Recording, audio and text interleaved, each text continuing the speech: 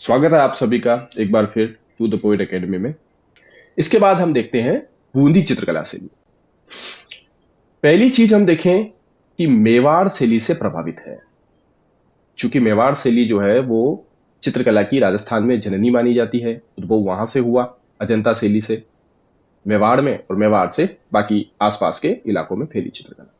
तो मेवाड़ शैली से बहुत ज्यादा प्रभावित है, एक चीज। दूसरी चीज, इसको पशु पक्षियों की शैली के रूप में भी हम जानते हैं। पहली चीज तो मेवाड़ शैली से प्रभावित है, दूसरी पशु पक्षियों की शैली के रूप में भी ये विख्यात है। महाराजा उम्मेद सिंह का जो समय है बूंदी चित्रकला में, महाराजा उम्मेद सिंह का जो समय है वो स्वर्ण काल के रूप में माना जाता है। ठीक है। और इनके समय ही अपने को एक चित्र यहां मिलता है, जंगली सुअर का शिकार। ठीक है। जंगली सुअर का शिकार का जो चित्र हमें मिलता है वो महाराजा उम्मेद सिंह के समय, और इन्होंने चित्रशाला का निर्माण करवाया था। तो बूंदी चित्रकला शैली को विकास का अवसर प्रदान करने में महाराजा उमेद सिंह का बहुत महत्वपूर्ण हाथ है। इस शैली में हरे रंग का बहुतायत से चित्रण हुआ है। ये एक बूंदी शैली का चित्र है, वो हम देखें। यहां हरे भरे वृक्ष, चहकती चिड़िया, मतीराम के रसराज पर चित्र बनाए गए हैं। मतीराम के रसराज पर, रसराज एक ग्रंथ है मतीराम का। ठीक है। उस पर यहां भरपूर चित्र बनाए गए, यानी जो चित्र बनाए गए हैं उनके विषय कहां से लिए हैं? रसराज से। इसके अलावा उत्सव, हाथियों की लड़ाई, राग रागिनी, बारह मासा, ऋतु वर्णन, ये सारे विषय प्रमुख रहे हैं जिन पे बूंदी चित्रकला शैली में चित्र बनाए गए। प्रमुख चित्रकार जो है वो हम देखें, सुरजन, रामलाल, अहमद और साधुराम। एक बार वापस क्विक देख लेते हैं हम। मेवाड़ शैली से प्रभावित है, पशु पक्षियों की शैली के रूप में विख्यात है, उमेश सिंह जी का काल स्वर्णकाल है। उमेश सिंह जी का काल यह स्वर्णकाल है। चित्रशाला का उन्होंने निर्माण कराया था। जंगली सुअर के शिकार करते हुए का चित्र महत्वपूर्ण है उमेश सिंह जी के काल का। हरे रंग का प्रयोग हुआ है, हरे भरे पेड़ है, चहकती चिड़ियाओं के चित्र है, मतीराम के रसराज पर चित्र बनाए गए हैं। उत्सव, हाथियों की लड़ाई यहां देखने को मिलती है। राग रागिनी, बारह मासा, ऋतु वर्णन पर चित्र बनाए गए हैं। प्रमुख चित्रकार यहाँ सुरजन है, रामलाल है, अहमद है और साधुराम।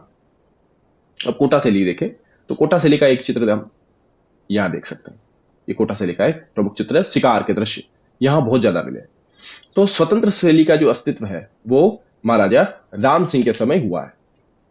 तो कोटा शैली के स्वतंत्र रूप से जो अस्तित्व है वो राम सिंह के समय, उससे पहले कोटा है वो बूंदी का ही भाग था। ठीक है। भीम सिंह जो है वो प्रमुख यहाँ कृष्ण भक्त रहे। भीम सिंह कृष्ण भक्त रहे, अतः भीम सिंह के समय यहाँ की चित्रकारी पर वल्लभ संप्रदाय का प्रभाव पड़ा है। लेकिन यहाँ का जो चरमोत्कर्ष है वो हमें उम्मेद सिंह के काल में देखने को मिलता है। दाड़ू नामक चित्रकार ने रागमाला रागमाला का चित्रण किया।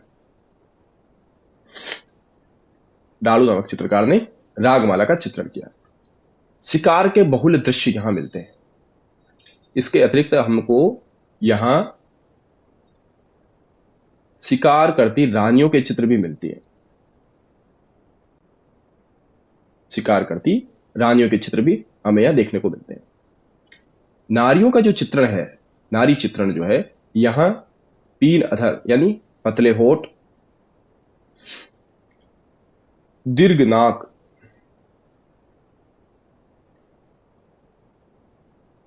पतली कमर, और पुरुषों के चित्रण वृषभ कंधे, भारी भरकम से कंधे, और भरी दाढ़ी मूछ। पूरा मुंह जो है वो दाढ़ी मूछों से भरा पूरा मिलता है। ठीक है। इसके अलावा यहां हमें हल्का पीला रंग देखने को मिलता है। हल्का पीला रंग हमें यहां देखने को मिलता है। यहां के जो प्रमुख चित्रकार है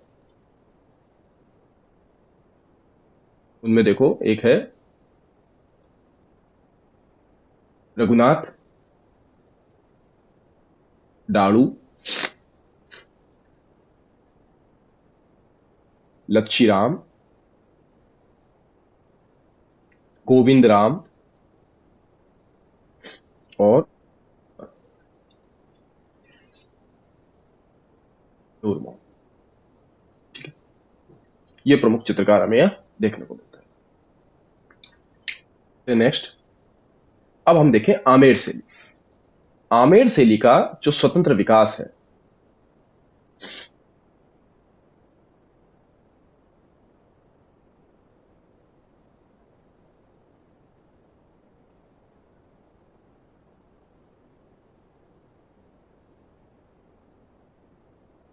स्वतंत्र विकास वो हुआ है मान सिंह के काल में। राजा मान सिंह के काल में स्वतंत्र विकास हुआ है। उस समय यहां जो चित्रित ग्रंथ हुए हैं, जो सबसे प्रमुख चित्र है वो है रज़्मनामा। ये मुस्लिम जो इसे कह सकते हैं योद्धा है, उनकी कहानियां हैं, मुस्लिम योद्धाओं की कहानियां हैं। और इस पे लगभग 169 चित्र बने हैं रज़्मनामा पे। इसके अलावा यशोधरा चरित्र, इस पे भी महाराजा मानसिंह के काल में चित्र बने। मानसिंह के बाद हम देखें तो महाराजा जय सिंह के काल में रसिक प्रिया और रुक्मणी वेली विषयों पर चित्र बने। इसके बाद हम देखें जय सिंह के बाद सवाई जय सिंह। सवाई जय सिंह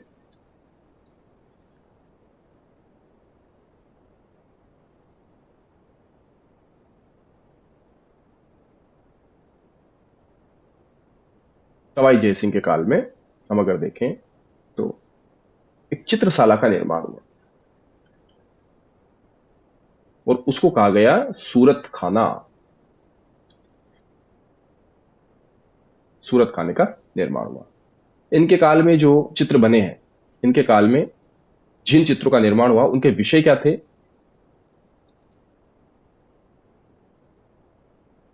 रसिक प्रिया,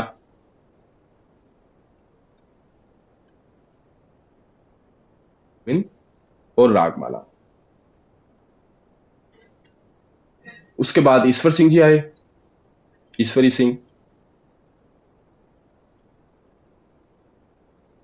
ईश्वरी सिंह के काल में बड़े बड़े पोर्ट्रेट बनने लगे, बड़े चित्र, है ना, आदमकद चित्र। आदमकद चित्रों का निर्माण हुआ। और ये किसने बनाए? ये एक चित्रकार था साहिब राम, उसने बड़े बड़े पोर्ट्रेट बनाए। ईश्वर सिंह जी का भी एक बड़ा पोर्ट्रेट बना हुआ है। इसके अतिरिक्त यहां एक चित्रकार और हुआ है, लाल सिंह। लाल सिंह, इसने जानवरों की लड़ाई के चित्र बनाए। जानवरों की लड़ाई के चित्र बनाए। लड़ाई के चित्र बनाए। इसे वापस देखें। स्वतंत्र विकास महाराजा मानसिंह के काल में हुआ। रज़्मनामा और यशोधरा चरित्र पे इस काल में चित्र बने। राजा जयसिंह के काल में रसिक प्रिया और रुक्मणी वेली पे चित्र बना। सवाई जयसिंह के काल में चित्रशाला का निर्माण हुआ, सूरत खाना बना। ठीक है। उसके बाद रसिक प्रिया, गीत गोविंद और रागमाला पर यहाँ चित्र बनाए गए और बिहारी सतसई पर भी चित्र बनाए गए। इस समय बिहारी सतसई पर भी यहाँ चित्र बनाए गए। उसके बाद ईश्वरी सिंह जी का समय आया। इस समय बड़े बड़े चित्र, आदमकद पोर्ट्रेट बने। साहिब राम ने इन चित्रों को चित्रित किया। लाल सिंह ने जानवरों की लड़ाई जैसे चित्र बनाए। नेक्स्ट देखें महाराजा माधो सिंह का काल।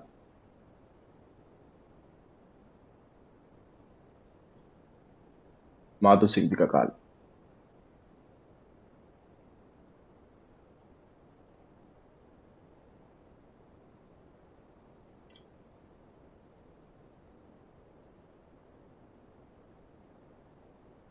माधो सिंह के काल में जो चित्र बने,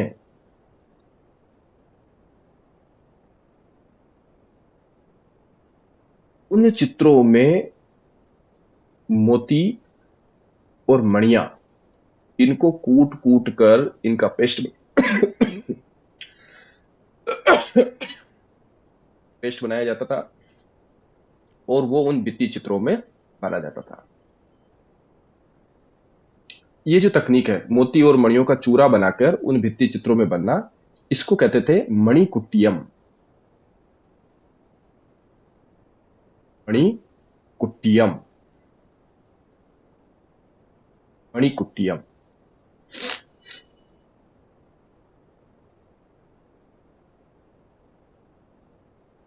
वापस एक बार लिखूं मैं इसको।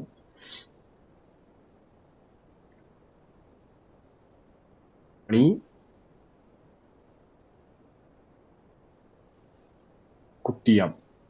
यानी मोती और मणियों को पीस कर भित्ति चित्रों में भरा जाता था माधो सिंह जी के समय। अब यदि यहाँ की विशेषताएं देखें, शैली की प्रमुख विशेषताएं अगर देखें जयपुरी आमेर शैली की, तो पहली चीज वो है मुगल प्रभाव। मुगल प्रभाव हमें यह देखने को मिलता है। दूसरी, आला गीला पद्धति में बने हुए हैं। हम पहले देख चुके हैं आला गीला क्या होता है।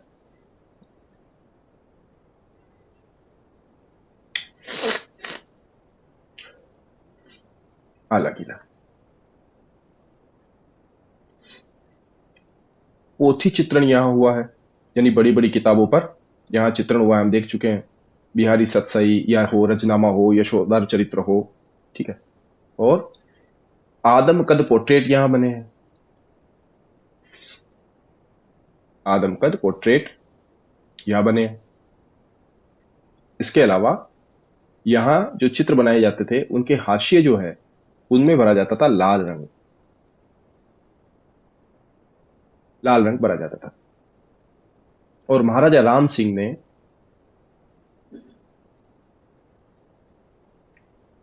राजस्थान स्कूल ऑफ आर्ट्स की स्थापना की। आर्ट्स की स्थापना की। प्रमुख चित्रकार हम देखें,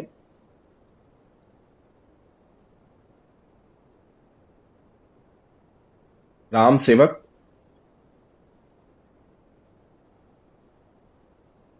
गोपाल,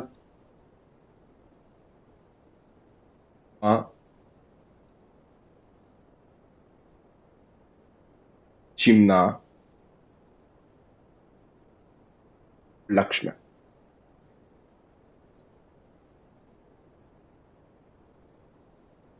तो माधो सिंह जी के समय मोतियों और मणियों को कूट कूट के भित्ति चित्रों में भरा जाता था, उसको मणिकुट्टियम कहते हैं।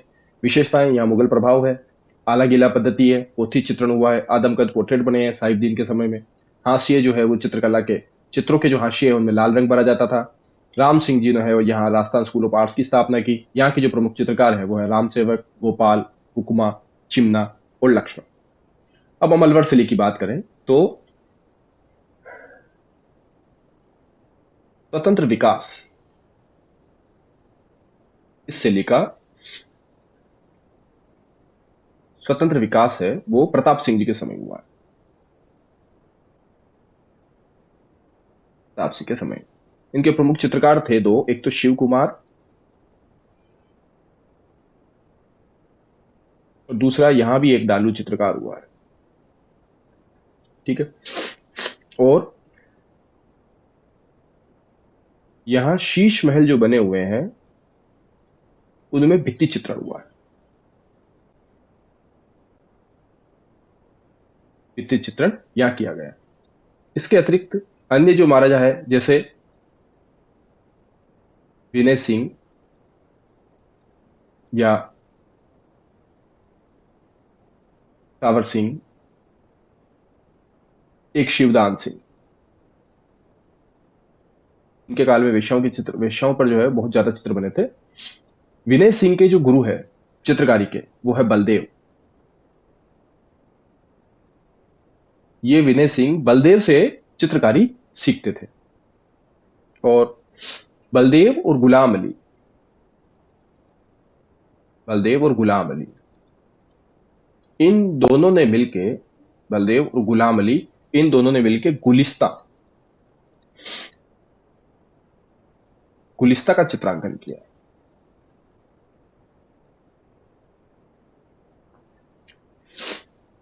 यहां ईरानी शैली का प्रभाव अपने को देखने को मिलता है। ईरानी शैली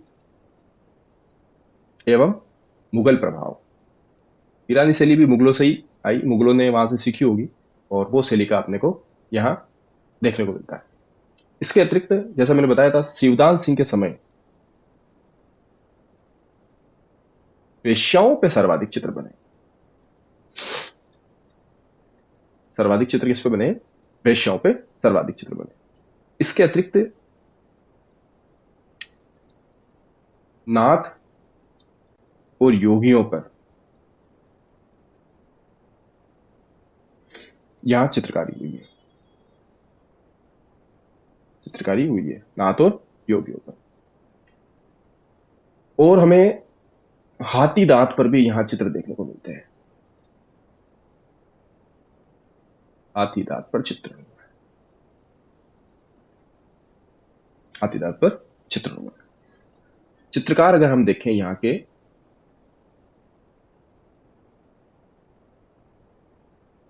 चित्रकार तो शालिग्राम,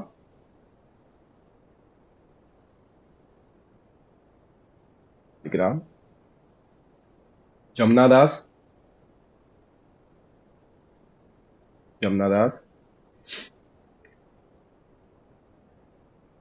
छोटे लाल, बक्साराम और नंदराम।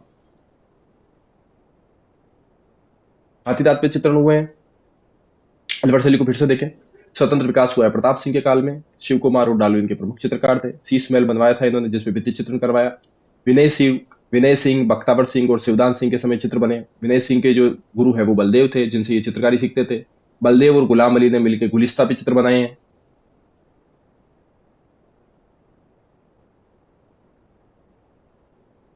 गुलिस्ता पे चित्र बनाए हैं। शिवदान सिंह के समय वेश्याओं पे सर्वाधिक चित्र बने। ईरानी और मुगल शैली का यह प्रभाव था। नाथों और योगियों पे चित्रकारी हुई है। हाथी दांत पर चित्रकारी हुई है। यहाँ के जो प्रमुख चित्रकार है वो शालिग्राम, जमुनादास, छोटेलाल, बक्साराम और नंदराम। आगे हम देखें उनियारा शैली। उनियारा शैली हम पहले तो देख चुके हैं कि जयपुर शैली की उपशैली है। ठीक है, यहां एक ठिकाना था नरू का ठिकाना।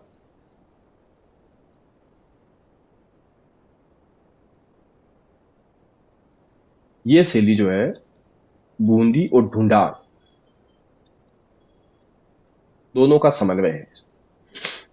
यहाँ के प्रमुख चित्रकार है वो कौन कौन है? धीमा, मीरबख्श, काशी और भीम।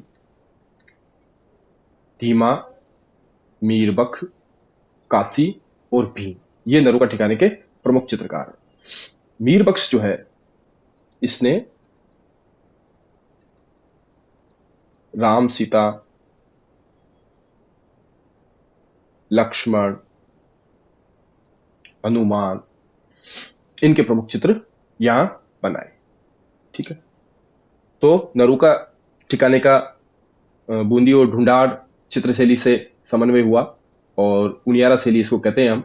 धीमा, मीरबख्श, काशी और भीम यहाँ के चित्रकार हैं। मीरबख्श जो है वो राम, सीता, लक्ष्मण और हनुमान जी के चित्र बनाता था।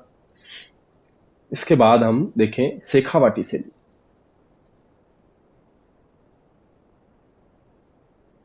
शेखावाटी शैली, शेखावाटी शैली। शेखावाटी शैली प्रमुखतया भित्ति चित्र की एक शैली। कैसे चित्र मिलते हैं? यहाँ भित्ति चित्र मिलते हैं। ठीक है, और रंग कैसा मिलता है?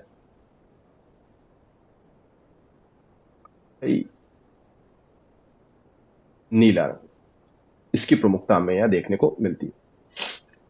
शेखावाटी शैली को हम ओपन आर्ट गैलरी भी कहते हैं।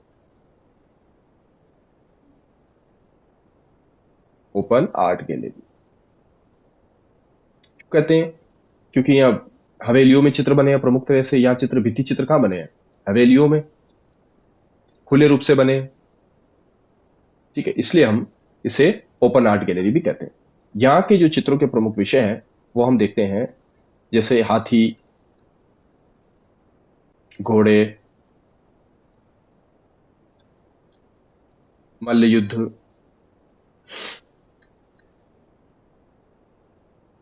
देवी देवता,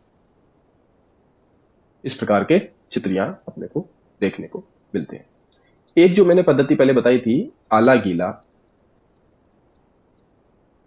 आला गीला, या इसको अराइसा भी कहते हैं, अराइसा, या मोराकसी भी कहते हैं।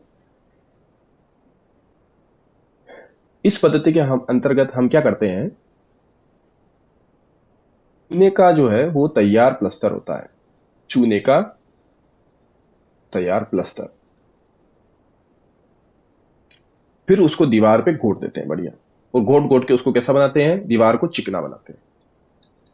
दीवार कैसी बन जाती है, चिकनी बन जाती है, और फिर इसके ऊपर चित्र को चित्रित करते हैं। ठीक है, और ये दीवार उस समय कैसी होती है, गीली होती है, इसलिए इसको आला गीला कहते हैं। एक होता है, इसको फ्रेस्को बुनो भी कहते हैं, फ्रेस्को बुनो, गीली दीवार पर ही चित्र बनाते हैं। एक होता है फ्रेस्को सेको,